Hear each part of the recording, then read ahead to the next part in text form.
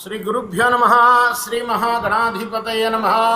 శ్రీ సరస్వత్యై నమః. భక్తులారా, వ్యాస మహర్షి రచించిన మహాభారత ఇతిహాసం యథాతథంగా చెప్పుకున్నాం. ప్రతి శ్లోకం దాని అర్థం. ఇందులో భాగంగా నిన్నటి వరకు మనం ఆది సభ అరణ్య విరాట పర్వాలు పూర్తి చేసాం. ఉద్యోగ పర్వంలోని 136వ అధ్యాయం వరకు చెప్పుకున్నాం. ఈరోజున 137వ అధ్యాయం చెప్పుకునే ముందు వ్యాసుడు వారిని ప్రార్థన చేసుకుందాం. వ్యాసాయ విష్ణు రూపాయ వ్యాస రూపాయ విష్ణవే నమో వై బ్రహ్మనిదయే వాసిష్ఠాయ నమో నమః. కుంచువాచ, కుంతి అంటుంది కృష్ణ భగవానుడితోటి, అర్జునం కేశవ బ్రూయాత్వయ జాతే స్వసుతకే ఉపోపవిష్ట నారీభీరాశ్రమ పరివారిత. కేశవ, అర్జునుడికి ఒక మాట చెప్పు. తను పుట్టినప్పుడు నా చుట్టూ అనేక మంది కూర్చున్నారు ఆడవాళ్ళు. ఆ సమయంలో అధాంతరిక్షే వాగాసి, అంతరిక్షం నుండి దివ్య రూప మనోరమ సహస్రాక్షసమ కుంతి భవిష్యచ్చేషతే సుత. ఆకాశవాణి చెప్పింది ఏమనంటే, నీకు పుట్టిన ఈ కుమారుడు దేవేంద్రుడితో సమానుడవుతాడు సుమా, శత్రువుల్ని చీల్చి చెండాడుతాడని చెప్పింది. ఏష జేష్యతి సంగ్రామే కురున్ సర్వాన్ సమాగతాన్ భీమసేన ద్వితీయస్య లోకముద్ధర్తయిష్యతి. ఇంకా ఏం చెప్పిందంటే, భీమసేనుడి సహాయంతో మొత్తం ఎంతమంది శత్రువులు ఉంటే భూమి మీద అందరినీ గెలిచేస్తాడు నీ కొడుకు ఈ అర్జునుడు అని చెప్పింది. పుత్రస్తే పృథివీంచేత యశశ్చాశ్చ దివం స్పృశేత్ హత్వా కురుంశ సంగ్రామే వాసుదేవ సహాయ. ఇంకా వాసుదేవుడు కూడా సహాయం చేస్తాడు, దానివల్ల భూమి మొత్తం అర్జునుడి చేతిలోకి వస్తుంది అని కూడా చెప్పింది. అంతేకాదు ఇతని కీర్తి స్వర్గానికి తాకుతుందని కూడా చెప్పింది. పిత్రియమంశం ప్రణస్తంచ పునర్వ్యుద్ధరిష్యతి భ్రాతృభి సహిత శ్రీమాన్ స్త్రీన్ మేధాన హరిష్యతి. నిన్నటిదాకా మనం విధిలోపాఖ్యానం చూసాం. ఆ విధిలో తన కొడుకుని ఎలా ప్రోత్సహించింది యుద్ధానికనే కదా. ఇప్పుడు అలాంటి సన్నివేశమే కుంతి ప్రోత్సహిస్తుంది. ఇవన్నీ చెప్పి అర్జునుడికి చెప్పమని చెప్తుంది అన్నమాట. నువ్వు తక్కువ వాడివి కాదు, నువ్వు చాలా ధీరుడివి, చాలా గొప్పవాడివి. ఆకాశవాణి ఎప్పుడూ చెప్పింది నీ పుట్టినప్పుడే, కాబట్టి నువ్వు యుద్ధానికి తయారవ్వు అని. తండ్రి రాజ్యభాగం పోగొట్టుకుంటారు వీళ్ళు, అప్పుడు మళ్ళీ తిరిగి సాధిస్తాడు ఆ రాజ్యాన్ని అర్జునుడు అని కూడా చెప్పింది ఆకాశవాణి. సత్య సంధో భీపత్సు సవ్యసాచి యథాచ్యుత తథా త్వమేవ జనాసి బలవంతం దురాసదం. సత్యంపై నిష్ఠ గలవాడు, శత్రువులని అడలించేవాడవుతాడు ఇతను. అంతేకాదు సవ్యసాచి అవుతాడు, కుడి ఎడమ చేతుల్లో 2 చేతులతోటి బాణాలని ప్రయోగించగలవాడవుతాడు ఇతను అని కూడా చెప్పింది. నువ్వు కూడా చూస్తున్నావు కదా కృష్ణ, అర్జునుడు ఎంత బలవంతుడో. తథా తదస్తు దాసార్హ యథా వాగభ్య భాషత ధర్మశ్చేదస్య వా స్నేయ తథా సత్యం భవిష్యతి. కృష్ణ, ధర్మం అనేది ఒకటి ఉంటే ఆ వాక్కు ఆ రోజును పలికిన ఆకాశవాణి మాట నిజమగుగాక. త్వంచాపి తథా కృష్ణ సర్వం సంపాదయిష్యసి నాహం తదభ్యసూయామి యథా వాగభ్య భాషత. ఆ మాట నిజమయ్యేటట్టుగా చూడాల్సింది నీవేనయ్యా కృష్ణ. అది అన్యథా శరణం నాస్తి త్వమేవ శరణం మమ కదా. నమో ధర్మాయ మహతే ధర్మో ధారయతి ప్రజా ఏతద్ధనంజయో వాచ్యో నిత్యోద్యుక్తా వృకోధర. ఆ ధర్మానికి నా నమస్కారం కృష్ణ. ధర్మమే ప్రజల్ని పట్టి నిలిపేది. ధనంజయుడికి ఎల్లవేళలా, ధనంజయుడికే కాదు భీముడికి కూడా ఎల్లవేళలా ఈ విషయం గుర్తు చేస్తూ ఉండు నువ్వు. యథర్థం క్షత్రియాసు తే తస్య కాలోయమాగత నహి వైరం సమాసాధ్య సీదంతి పురుషశభ. క్షత్రియ స్త్రీ ఏ ప్రయోజనాన్ని ఆశించి కొడుకుల్ని కంటుందో ఆ సమయం వచ్చిందని వాళ్ళకు గుర్తు చేయి. ఉత్తమమైన క్షత్రియులు పగ తీర్చుకొని కానీ చావరు అన్నమాట కూడా చెప్పు. విదిత తే సదా బుద్ధిర్భీమస్య న శశామ్యతి యావదంతన్న కురుతే శత్రుణాం శత్రుకర్షణ. ఓ శత్రు సంహారగా కృష్ణ, నీకు తెలుసు భీముడి బుద్ధి. భీముడు ఖచ్చితంగా శత్రువుల్ని సంహరించకుండా నిద్రపోడు. సర్వధర్మ విశేషాజ్ఞాం స్మృషాం పాండోర్మహాత్మన భ్రూయా మాధవ కళ్యాణిం కృష్ణ కృష్ణాం యశస్వినీం. ఓ కృష్ణ, ఓ మాధవ, మహాత్ముడైన పాండురాజు యొక్క కోడలు. ఎవరా పాండురాజు? ఈ భూమినంతటిని జయించి అన్న చేతిలో పెట్టినవాడు. ఆ మహానుభావుడి యొక్క కోడలు ద్రౌపది ఉన్నదే, ఆ అమ్మాయితో నేను చెప్పినట్లుగా ఇలా చెప్పు. యుక్తమే తన్మహాభాగే కులే జాతే యశస్విని యన్మే పుత్రేషు సర్వేషు యథావత్వమవర్ధిత.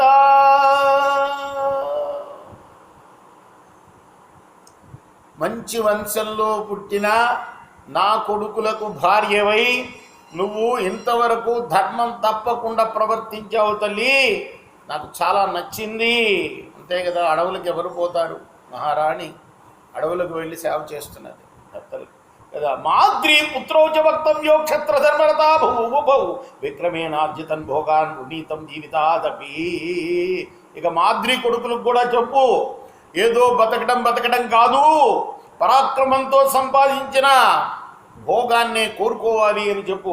విక్రమాధికతాక్షత్రధర్మేణ జీవిత మనో మనుష్యస్య సదా ప్రీణంతి పురుషోత్తమ. ఓ పురుషోత్తమ, క్షత్రియ ధర్మంతో బతికేవాడు పరాక్రమంతో సాధించిన అర్థాలు అంటే ధనం, అదే అతనికి హృదయానందకరంగా ఉంటుంది అని గుర్తు చెయ్యి మాద్రి కొడుకులకి. అలానే తతః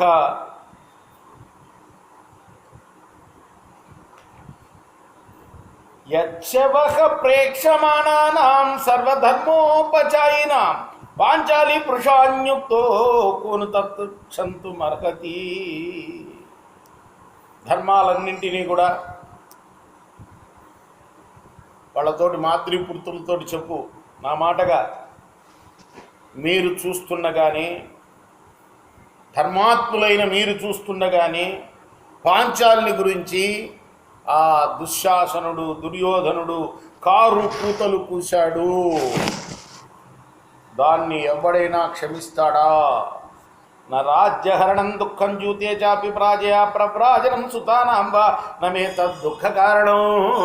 రాజ్యాన్ని గుంజుకున్నారు, దానికోసం నేను ఏడవను. జూతంలో ఓడిపోయారు మీరు, దానికోసం కూడా బాధపడను. దేశం వదిలిపోయారు మీరు, దానికోసం కూడా బాధపడను. కానీ యత్ర సా బృహతి శ్యామా సభాయాన్ రుదతి తదా అశ్రౌషీత్ పురుష పరుషావాచ తన్మే దుఃఖతరం మహత్. మంచి వయసులో ఉన్న మీ ఇల్లాలు నిండు సభలో ఏడుస్తూ ఉంటే మీరేం చేయలేకపోయారు. కారు కూతలు కూశారు వాళ్ళు, ఆ దుశ్శాసనుడు దుర్యోధనుడు. అది నాకు దుఃఖాన్ని ఆగకుండా చేస్తుంది. మిగతావన్నీ పక్కకు పెడితే ఇదొక్కటే నాకు దుఃఖాన్ని కలిగిస్తుంది. ఎల్లవేళ స్త్రీ ధర్మణీవరారోహో క్షత్రధర్మరదాస నాధ్యగస్య తథానాథం కృష్ణానాథవతీ సతీ. స్త్రీ ధర్మాలన్నింటినీ కూడా ఎంతో నిష్ఠగా పాటిస్తుంది ద్రౌపది. ఆ అందాల భరిణ ప్రపంచంలో ఉన్న అందగత్తెలందరిలోకి గొప్పదామె. అటువంటి ఆ అమ్మాయి క్షత్రియ ధర్మాన్ని కాపాడగలటంలో ఎంతో ఆసక్తి ఉన్నది ఆమెకి. మంచి పరాక్రమం గల భర్తలు ఉండి కూడా ఆ సమయంలో దిక్కు లేకుండా అయిపోయింది ఆమె. తంబై బ్రూహి మహాబాహో సర్వశస్త్రభృతాంబరం అర్జునం పృషవ్యాఘ్రం ద్రౌపద్య పదవీంచరా. అర్జునుడితో ఒక విషయం చెప్పు కృష్ణ, ఎప్పుడు ద్రౌపది చెప్పినట్టుగా నడుచుకోమని చెప్పు. విదితం హి తవాచ్యంతం క్రుద్ధా విభయమాంతకౌ భీమార్జునౌ నయేతాం హి దేవానపి పరాంగతిం. నీకు తెలుసు భీమార్జునుల యొక్క పరాక్రమం గురించి. వాళ్ళు కోపిస్తే దేవతలనైనా ఓడించగలరు. తయోశ్చైతదవజ్ఞానం యత్సా కృష్ణాస భాగత దుశ్శాసనస్య భీమం కటుకాన్యభ్యభాషత.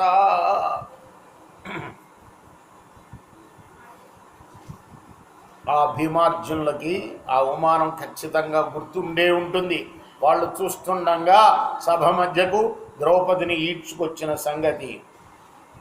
అంతేకాదు ఆ రోజున దుశ్శాసనుడు భీముణ్ణి సూటిపోటి మాటలు కూడా అన్నాడు. అది కూడా గుర్తుండే ఉంటుంది వాళ్ళకి. పశ్యతాం కురు వీరాణాం తచ్చ సంస్మారయే పునః పాండవాన్ కుశలం పృచ్చే సపుత్రాన్ కృష్ణయా సహా. అక్కడ సభలో కురువీరులందరూ కూడా చూస్తుండగానే ఈ ఘోరం జరిగింది కదా అన్న విషయం కూడా గుర్తు చేయి మళ్ళీ ఒకసారి వాళ్ళకి. అలానే ఆ పాండు భూపతి కొడుకైన ధర్మరాజుని, మిగతా పాండవుల్ని, ద్రౌపదిని మరీ అడిగానని చెప్పు. మాంచ కుశలినీం బ్రూయాస్తేషు భూయో జనార్దన అరిష్టం గచ్చ బంధానాం పుత్రాన్మే ప్రతిపాలయ కృష్ణయ్య. నేను కుశలంగా ఉన్నానని మరీ చెప్పు వాళ్ళకి. శుభమైన మార్గంలో నడవమని చెప్పు. ముఖ్యంగా నీకు చెప్తున్నాను, నా కొడుకుల్ని జాగ్రత్తగా కాపాడినాయన. వైశంపాయన ఉవాచ. ఈ కథంతా వైశంపాయనుడు జనమేజయుడికి చెప్తున్నాడు. ఏ సందర్భంలో చెప్తున్నాడంటే, జనమేజయుడు తన తండ్రి పరీక్షన్ మహారాజుని సర్పం కాటేసిందని తెలిసి సర్పయాగం చేస్తుంటే ఆస్త్రీకుడు అనే ఒక మహాముని వచ్చి ఆ సర్పయాగాన్ని ఆపుతాడు. ఆ సర్పయాగానికి విచ్చేసిన వ్యాసులు వారిని అడుగుతారు, అయ్యా మా పూర్వీకులు ఎందుకు కొట్టుకున్నారు, అసలు ఆ యుద్ధం ఎందుకు జరిగింది, కారణం ఏమిటి అంటే, నేను దీన్ని గ్రంథస్థం చేశాను. ఈ కథని, వాళ్ళు కొట్టుకున్న కథని జయం అని పేరుతోటి మనం మహాభారతం ఉంటున్నాం. అసలు ఈ గ్రంథం పేరు జయం అని పెట్టాడు ఆయన, వ్యాసులు వారు. అది వైశంపాయనుడికి బోధించాను, ఆయన చెప్తాడు, నువ్వు వింటూ ఉండు అంటాడు. అందుకోసం ఎక్కడెక్కడ భారతంలో వైశంపాయన ఉవాచ అని అంటూ వస్తూ ఉంటుందండి. వైశంపాయనుడు ఇలా చెప్తున్నాడు, అభివాజ్యాధతాం కృష్ణ కృత్వాచాపి ప్రదక్షిణం నిశ్చక్ర మహాబాహో సింహశీలగతిస్తత. ఆ తర్వాత కృష్ణుడు ఆమెకి ఒక ప్రదక్షిణం చేశాడు. చేసిన తర్వాత సింహంలాగా విలాసంగా నడుస్తూ అక్కడి నుంచి ఉపప్లావ్యానికి బయలుదేరాడు అన్నమాట. తతో విసర్జయామాస భీష్మాదీన్ కురుపుంగవాన్ ఆరోప్యాధరజే కర్ణం ప్రయాసాచకినాస. ఆ తర్వాత భీష్ముడు మొదలగు వారిని వాళ్ళందరూ వెంటొచ్చారు కుంతి ఇంటికి అన్నమాట. ఈయన తీసుకొని కృష్ణుడిని వాళ్ళని అక్కడ వదిలేశాడు. కేవలం సాత్యకిని కర్ణుణ్ణి మాత్రమే రథం మీద తీసుకొని బయలుదేరాడు. తథా ప్రయాతే దాశార్ఘే క్రోహ సంగతామిద జజల్పుర్ మహదాశ్చర్యం కేశవే పరమాద్భుతం. అలా కృష్ణుడు బయలుదేరిన తర్వాత ఆ కురువంశంలో పెద్దలందరూ కూడా ఒకళ్ళతో మాట్లాడుకుంటూ ఉంటున్నారు. ఏమనంటే, ప్రమూఢా పృథివీ సర్వ మృత్యుపాశ వశీకృత దుర్యోధనస్య బాలిస్య నైతే దస్తి చాబ్రువాన్. ఈ దుర్యోధనుడి యొక్క పిల్ల శాస్త్రాల వల్ల ఈ భూమి అంతా కూడా, ఈ భూమి మీద ఉన్న ప్రజలందరూ కూడా మృత్యుపాలయ్యే రోజు దగ్గరకు వచ్చింది. తతో నిర్యాయ నగరాత్ ప్రయయౌ పురుషోత్తమ మంత్రయామాస చతదా కన్యేన సుచిరం సహా. అప్పుడు ఆ పురుషోత్తముడైన కృష్ణుడు నగరం నుండి బయటకు వచ్చేసాడు. కర్ణుడితో చాలాసేపు మాట్లాడాడట. ఏం మాట్లాడాడో ఈ అధ్యాయంలో చెప్పలేదు, కానీ తర్వాత ఏదైనా సందర్భంలో చెప్తాడేమో వ్యాసుల వారు. విసర్జయిత్వా రాధేయం సర్వయాదవనందన తపోజ్జవేన మహతా తూర్ణమస్వాన చోదయత్. రాధేయుడైన కర్ణుని అలా పంపించిన తర్వాత యాదవులందరికీ కూడా ఆనందం అందించే కృష్ణుడు మహావేగంతో గుర్రాలను తోలాడు. తే పిబంత ఇవాకాశం దారుకేన ప్రచోదిత హయా జగ్ముర్ మహావేగ మనోమారుతారం బడిగల ఆ గుర్రాలు మహావేగంతో వాయువేగంతో మరి ఆకాశాన్ని మింగుతున్నాయా అన్నట్లుగా అంత వేగంగా వెళుతూ ఉన్నాయి. తే వ్యతీచ మహాధ్వానం క్షిప్రం సేనా ఇవాసుగా ఉచ్చైర్జగ్ము ఉపప్లవ్యం శాంగ్యధన్వానమావహాన్. అతి శీఘ్రంగా పోయే డేగలా అన్నట్టుగా గుర్రాలు కృష్ణుని తీసుకొని ఎంతో దూరం ప్రయాణం చేసి ఉపప్లావ్య నగరానికి చేరినాయి. ఇది మహాభారత ఉద్యోగ పర్వంలోని 137వ అధ్యాయం. రేపు మనం 138వ అధ్యాయం చెప్పుకున్నాం. కృష్ణార్పణమస్తు.